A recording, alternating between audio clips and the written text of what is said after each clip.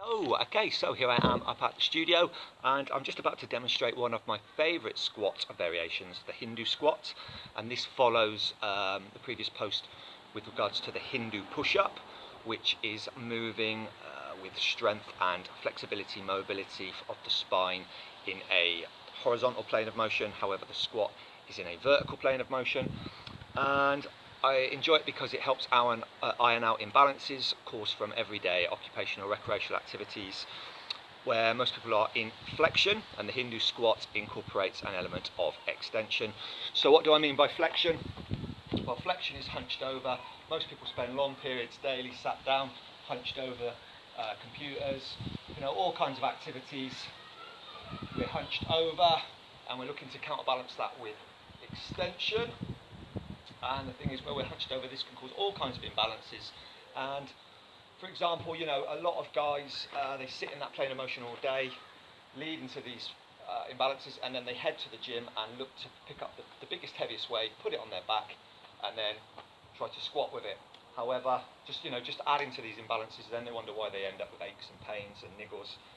And also there's that element of most people can't squat correctly because they have these imbalances. So when we want to squat,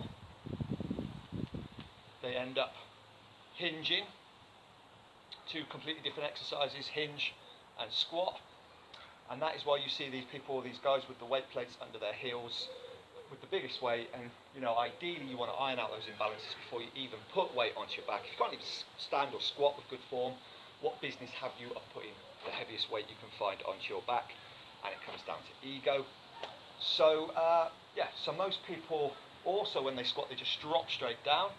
And you've probably heard the term, with squats, it's all about the booty, which is why the squat is predominantly glutes. So it's 60% glutes, 40% thighs.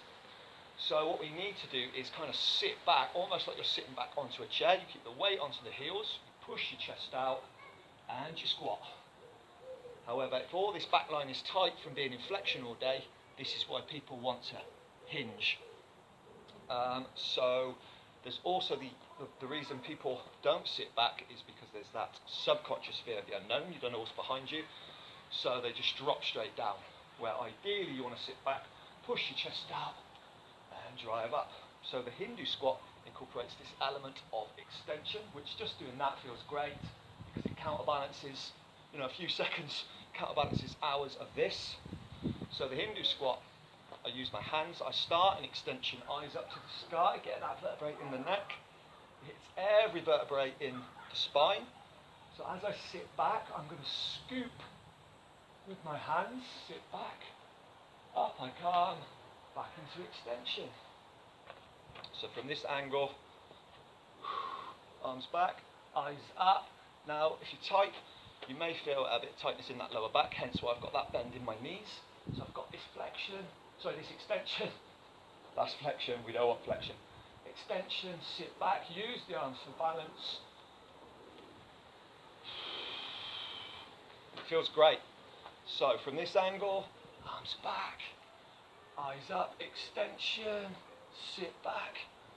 And ideally it's a continuous movement. So instead of just your standard squat, 1, 2, sit back, drive up through the heels, push through from the hips. It's 1 and 2, 1 and 2.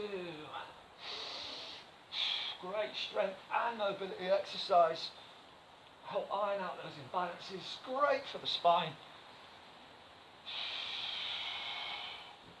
And that is in the vertical plane of motion. And I'll just show you the Hindu push-up again, downward dog position, elbows out. So now I've got the same strength and mobility through my spine in a horizontal plane of motion.